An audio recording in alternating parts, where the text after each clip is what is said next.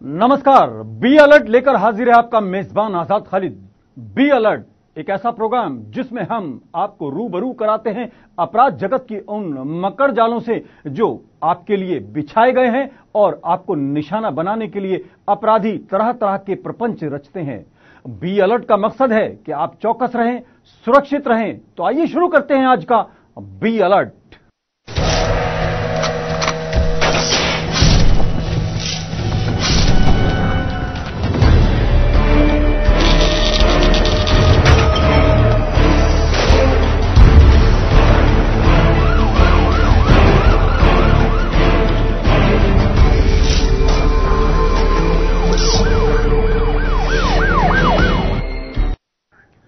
Be alert में आज सबसे पहले बात करते हैं उस अपराध की जिसको लेकर थाने के अंदर एफआईआर तो दर्ज की गई है, लेकिन अपराधी कौन है और पुलिस किसके खिलाफ नामजद रिपोर्ट करे यह तय नहीं हो पा रहा है। जी हां, हम बात कर रहे हैं अमृतसर में हुए रेल हादसे की, जिसमें एक नहीं, दो नहीं, बल्कि दर्जनों नहीं 61 लोगों की मौत हो गई है और ट्रेन ने 61 से ज्यादा लोगों को मौत के घाट उतार दिया है। लेकिन अपराधी कौन है यह तय नहीं हो पा रहा है।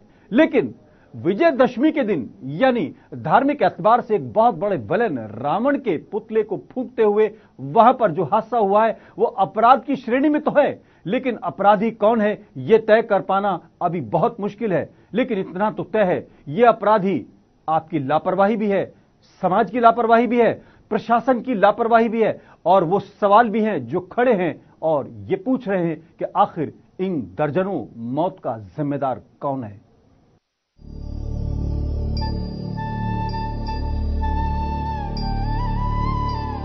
सभी लोग घर से नए नए कपड़े पहनकर चले थे रामलीला की समाप्ति देखने। कोई मां से पैसे लेकर निकला होगा मेला देखने, तो कोई अपने परिवार के साथ खड़ा बुराई पर अच्छाई की जीत का इंतजार कर रहा होगा। लेकिन राम जी का धनुष जैसे ही चला, जैसे ही बुराई पर अच्छाई का परचम लहराना शुरू हुआ, जैसे ही रावण में आग लगी, वैसे ही काल बनकर एक ट्रेन आंधी की तरह आई और न जाने कितनी बेगुनाह जिंदगियों को अपने साथ लेकर चली गई। फिर क्या था, एक पल के लिए चारों तरफ सन्नाटा और फिर बेबसी की चीखें। किसी की मां अपने बेटे के पास बैठी रो रही थी, तो किसी का दोस्त अपनी आंखों में आंसू लेकर उसे ढूंढने के लिए दर-बदर भटक रहा है। लेकिन अब कहां कोई वापस आने वाला। 1947 में ऐसा मंजर था, किसी की बाजू इधर पड़ी या किसी का शरीर इधर पड़ा, ऐसा मंजर ये जो यहाँ हुआ है। जिन लोगों इसके प्रबंधक हैं उन पे कार्रवाई होनी चाहिए। इधर सबसे घिनौनी हरकत जो की है नवजोत कौर सिद्धू ने की है कि उसके सामने ये मंजर हुआ, ये गंदगी, ये जो स्टेज पे इन्होंने फैलाई और लोगों के ऊपर चढ़ा दी सारी। ये इस हादसे के बाद अपनी गाड़ी में बैठी और अपने घर में चली गई, उस पे पर्चा दर्ज होना चाहिए। खिलाफ सख्त तो सख्त कार्रवाई की जाए। कांग्रेस की सरकार दा नवजोत सिंह सिद्धू जरा मंत्री एदे कुत्ते पाले होए जेड़े उन्होंने 150 बच्चा मरवाता साडे वार्ड दा, साडे एरिए दा। एक खरोच किसी दा बच्चे नूं आ जाए, ओदी हालत देखो की होंदी है। इस ऑर्गेनाइजर नूं पुछो, ए सिद्धू दे कुत्तेआं नूं पुछो, ए सिद्धू नूं पुछो भी अपने बच्चे नूं ते तू चेयरमैन दवाने, अपने बच्चे नूं मंत्री पद दवाने, ए बच्चे दा कौन जिम्मेवार है दसो।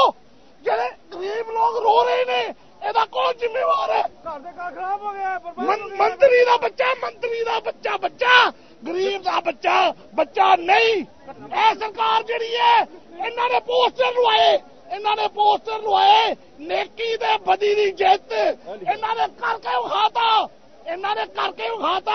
नेकी ते बदी दी जित करके विखाती। ए सारे रावण ने। ਇੱਥੇ ਦੇਖੋ ਇੰਨੇ ਜਣੇ ਖਲੋਤੇ, ਤੁਸੀਂ ਟਾਈਮ ਸਿਰ ਆਪਣਾ ਪੂਰਾ ਵੇਲਾ ਕਰੋ। 7-7 ਵਜੇ ਸਿੱਧੂ ਸਾਹਿਬ ਆ ਰਹੇ, ਉਸ ਤੋਂ ਪਹਿਲਾਂ 6 ਵਜੇ ਬੁਲਾ ਲਓ, 6:30 ਹਨੇਰਾ ਆ ਰਿਹਾ ਤੇ ਬੱਚੇ ਖਲੋਤੇ ਆਪਣੇ ਹੱਥੀ ਚੁੱਕੇ ਬੱਚੇ, ਇੰਨੇ ਨੇ ਬੱਚੇ ਗਏ ਆ। 7 ਦੇ ਛੱਡ ਦੇਖੋ ਲਾਸ਼ਾ, ਇੱਕ ਜਣਾ ਨਹੀਂ ਆਇਆ ਸਿਆਸੀ ਵੇਖਣ, ਵੋਟਾਂ ਮੰਗਣ ਵੇਲੇ ਇੰਨਾ ਕੁਝ ਕਰਦੇ, ਇਹਨਾਂ ਨੂੰ ਹਾਲ ਚਾਲ नहीं पूछना आ रहे। हम आपसे सिर्फ उस मंजर को शब्दों के जरिए बयां कर सकते हैं, लेकिन जरा सोचिए, जिन लोगों ने इस मंजर को जिया उनकी तो रूह को भी लकवा मार गया होगा। वहां मौजूद लोगों का अगर गुस्सा किसी पर सबसे ज्यादा है तो वो है नवजोत सिंह सिद्धू की पत्नी और पूर्व विधायक नवजोत कौर पर। क्योंकि वहां मौजूद लोगों का कहना है कि घटना घटित होते ही नवजोत कौर वहां से भाग गई।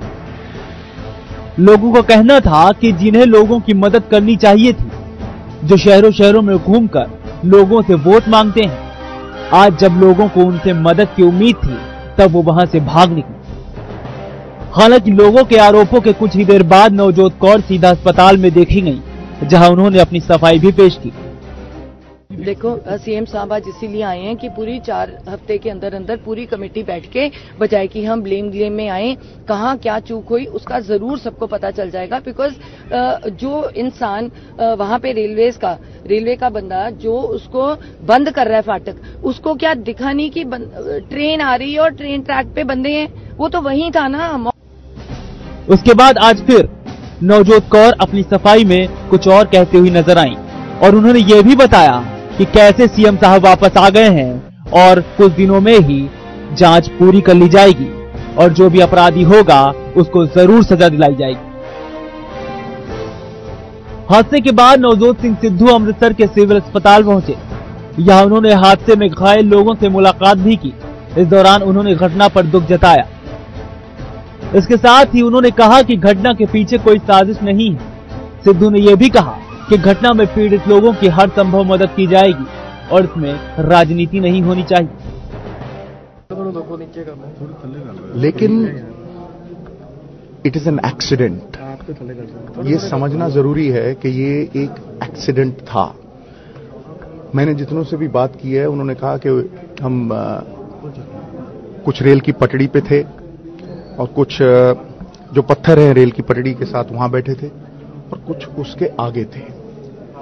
उन्होंने कहा कि जब आग लगी है, रावण दहन हुआ है, तो वो 2 कदम पीछे हुए हैं और बाएं देखा है तो ट्रेन इतनी तेजी से आई है और काफी तेज थी और कोई हॉर्न भी नहीं था, पटाखे थे, पता ही नहीं लगा कि जो कुछ हुआ वो 1-2 सेकंड में ही हुआ। किसी ने ये सोच समझ के नहीं किया, पहले तो ये समझ लीजिए। किसी ने ये जानबूझ के भी नहीं किया।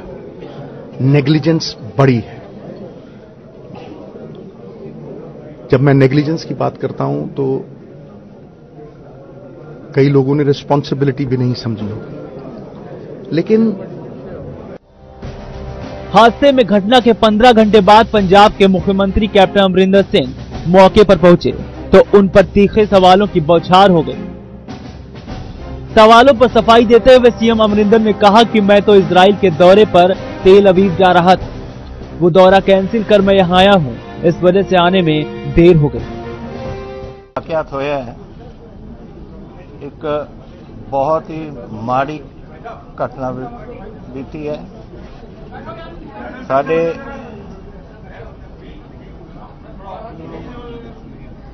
59 ਤਾਂ ਸਾਡੇ ਇਹਦੇ ਵਿੱਚ were killed in this during this accident और 57 ਇਹਦੇ ਜ਼ਖਮੀ ਨੇ। So it's a very tragic situation that arose last night. The hospital, the staff, everybody else, volunteers have done their very best to assist, and my thanks to all of them कि जिन्हों ने हिम्मत इन्होंने की है। फिलहाल हादसे के बाद मृतकों की वापसी तो नहीं हो सकेगी, लेकिन लोगों का उनके लिए प्रदर्शन जरूर जारी है और कई सवाल ऐसे हैं जो लोगों के मन में लगातार उठ रहे हैं, जिसमें सबसे बड़ा सवाल यह है कि आखिर ट्रेन की पटरी के किनारे रावण जलाने की परमिशन दी क्यों गई। दूसरा ये कि आखिर भीड़ भाड़ वाले इलाके में ट्रेन की स्पीड इतनी ज्यादा क्यों थी और शहर में इतना पुलिस बल होने के बावजूद लोगों को ट्रेन की पटरियों से क्यों नहीं हटाया गया। सवाल कई हैं, लेकिन जवाब कब मिलेंगे इसका हम सभी को इंतजार करना होगा। JK24/7 न्यूज के लिए ब्यूरो रिपोर्ट। उत्तर प्रदेश की बहादुर पुलिस इतनी बहादुर कि अगर रिवॉल्वर ना चले तो मुंह से ही ठाए ठाए करके अपराधियों को सरेंडर करने को मजबूर कर देती है। लेकिन यह क्या, हम आपको जो आज वीडियो दिखा रहे हैं उसमें एक वर्दीधारी दरोगा साहब पिट रहे हैं सरेआम होटल के अंदर, वो भी अपनी एक महिला सहयोगी के साथ, और पीटने वाला दरअसल एक सत्ताधारी पार्टी का पार्षद बताया जा रहा है। और अगर सत्ता का नशा पार्षद पर नहीं चढ़ेगा तो आखिर किस पर चढ़ेगा। बाद में हालांकि पुलिस ने मामला भी दर्ज कर लिया और एफआईआर में उस पार्षद का नाम भी रख लिया, लेकिन अगर इस पार्षद की जगह कोई आम आदमी होता तो यकीनन उसको कानून की भाषा में यह बता दिया जाता कि वर्दी पर हाथ उठाना कितना महंगा पड़ता है। लेकिन सवाल यह है कि हमारे प्रदेश की पुलिस वर्दी में इस तरह पिट रही है और मुंह से ठाए ठाए करने वाली पुलिस के मुंह से वो बदबू आ रही है जिसे अक्सर लोग कहते हैं कि शराब से आती है। हालांकि यह आरोप है, अब मामला जांच के बाद तय होगा कि क्या वाकई दरोगा जी ने नशा कर रखा था।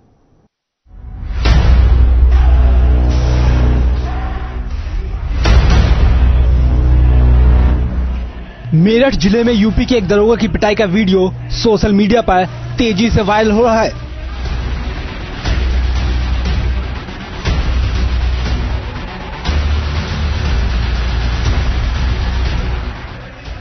पिटाई का यह वीडियो मेरठ के कंकड़खेड़ा इलाके का है, जहां एक बीजेपी पार्षद यूपी पुलिस के एक दरोगा की पिटाई करता दिख रहा है।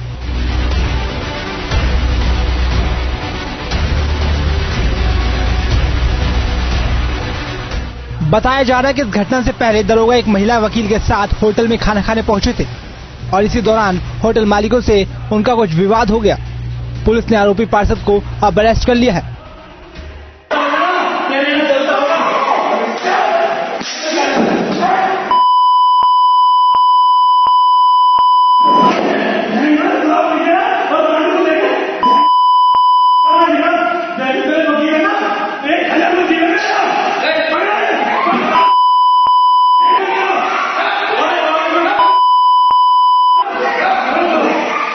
थाने से लोग गए, दोनों पक्षों को लाया गया और लाने के बाद उसमें हम लोग मेडिकल कराए।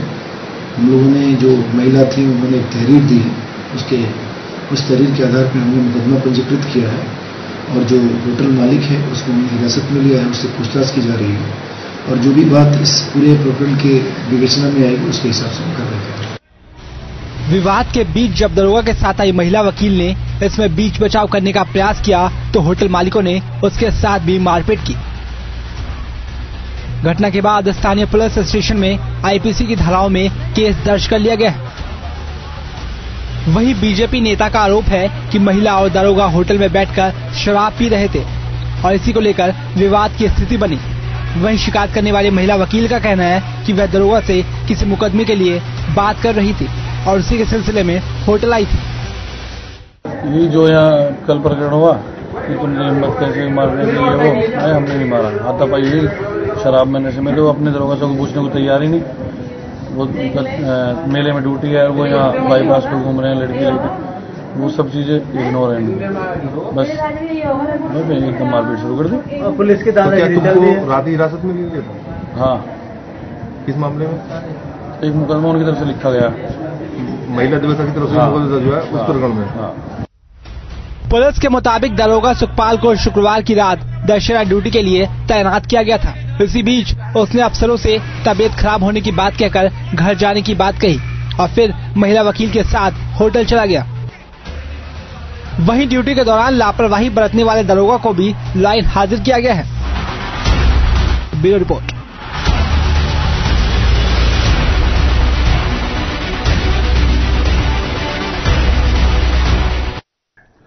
आपसी रंजिश कब जिंदगी के लिए खतरा बन जाए ये कोई नहीं जानता, और रिश्तेदारी में रंजिश अगर मौत के लिए वजह बन जाए तो ये सामने आया है कैमूर में। जी हां, बिहार के कैमूर जिले में एक ऐसी वारदात सामने आई है कि रिश्तेदारी के अंदर एक नौजवान को मौत के घाट उतार दिया गया।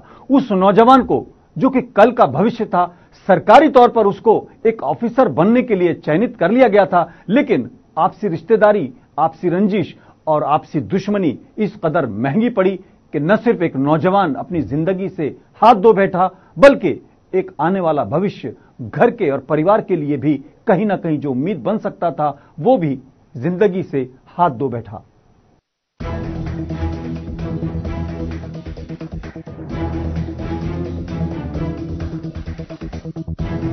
नवरात्र के बाद बुराई पर अच्छाई की जीत के प्रतीक विजयदशमी की धूम थी। लोगों ने रावण दहन तो कर दिया, लेकिन लगता है बुराई का रावण अभी मरा नहीं। ऐसा हम नहीं बिहार में हो रहे अपराध कह रहे हैं। बीते 48 घंटों की ही बात करें तो एक के बाद एक हो रही हत्याओं और गैंगरेप से राज्य सिहर गया है।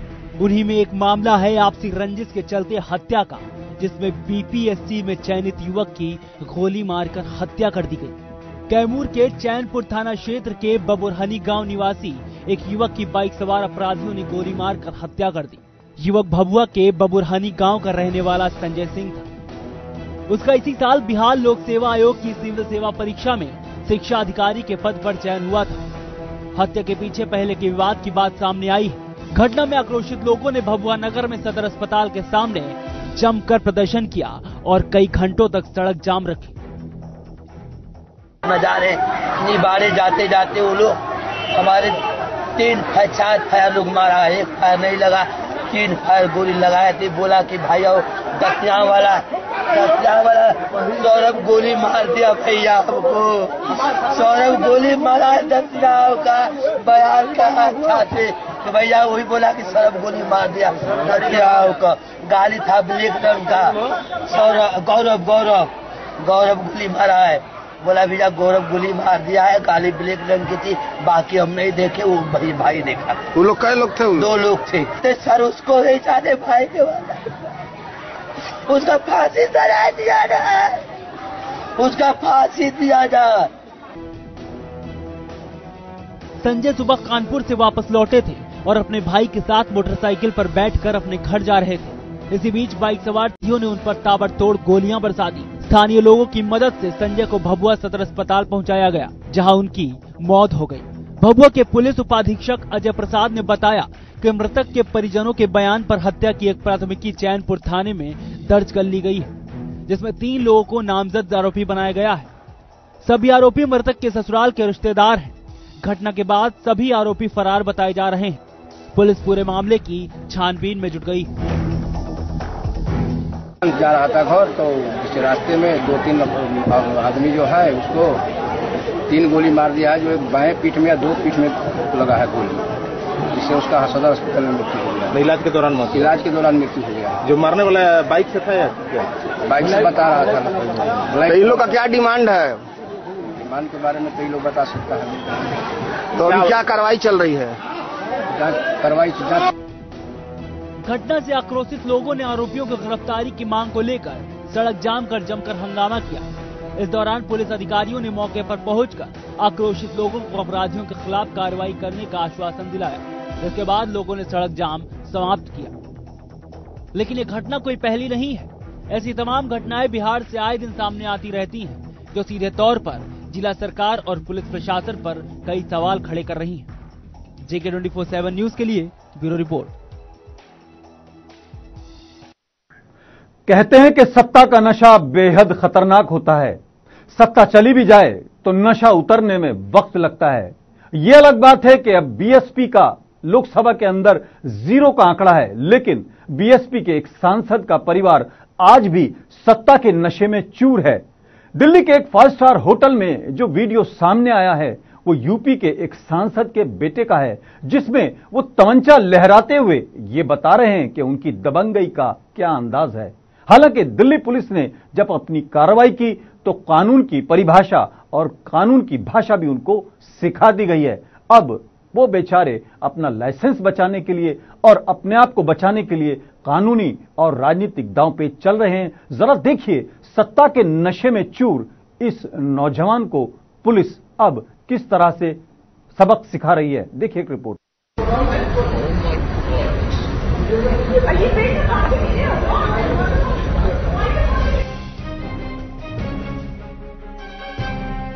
हाथों में तमंचा लिए लड़की के साथ गाली गलौज करता ये है पूर्व बसपा सांसद राकेश पांडे का बिगड़ैल बेटा आशीष पांडे।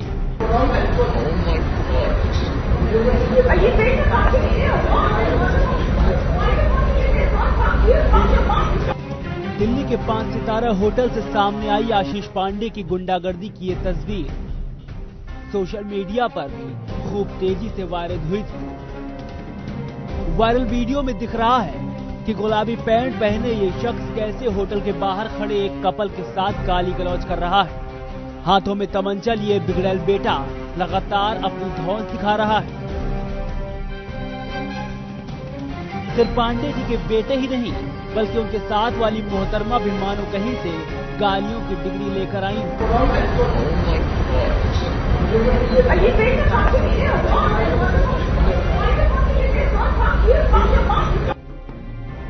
और सूट बूट पहनकर खड़े दो सुरक्षाकर्मी मानो गोली चलने का इंतजार कर रहे हों।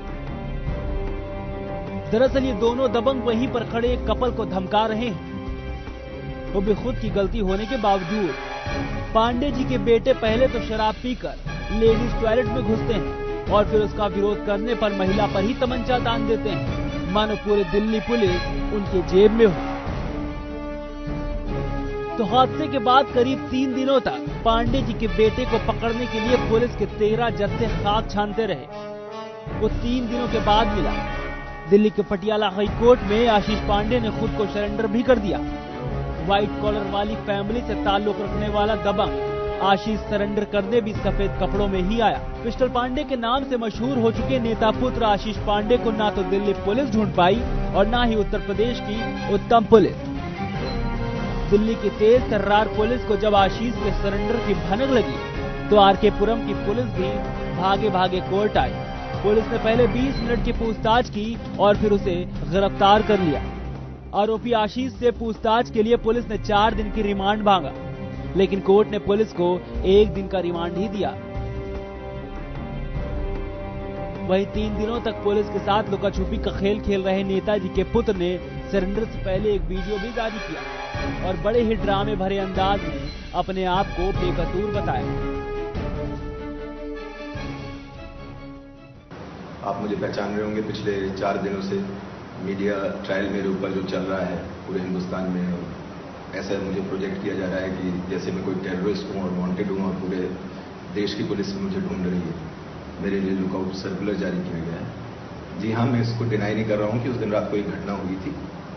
मुझे इसकी जानकारी 2 या 3 दिन बाद पता लगी थी जब वो वीडियो वायरल हुआ, लेकिन उस घटना को सिर्फ एक पक्ष के द्वारा ही दिखाया जा रहा है, उनके समर्थन में दिखाया जा रहा है।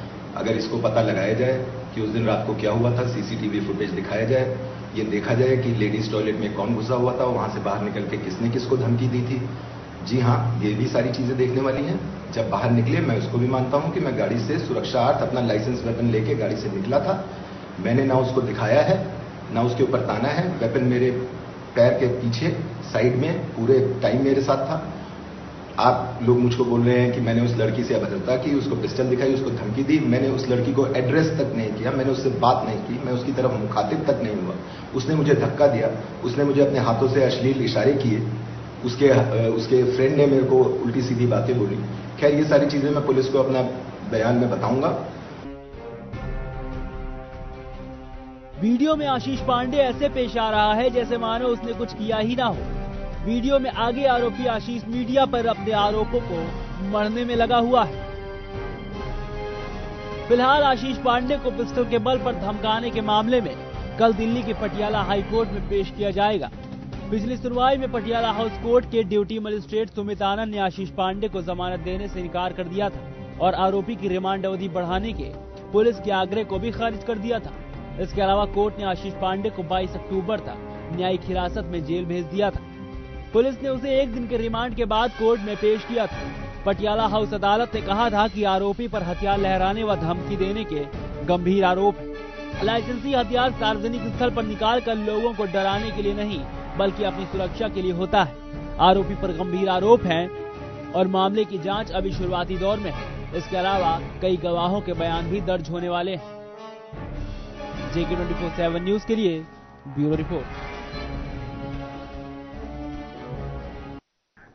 यकीन मानिए, आपकी चौकसी ही आपकी सुरक्षा की गारंटी है।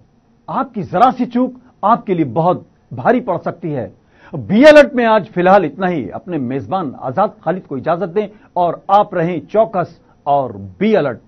जय हिंद।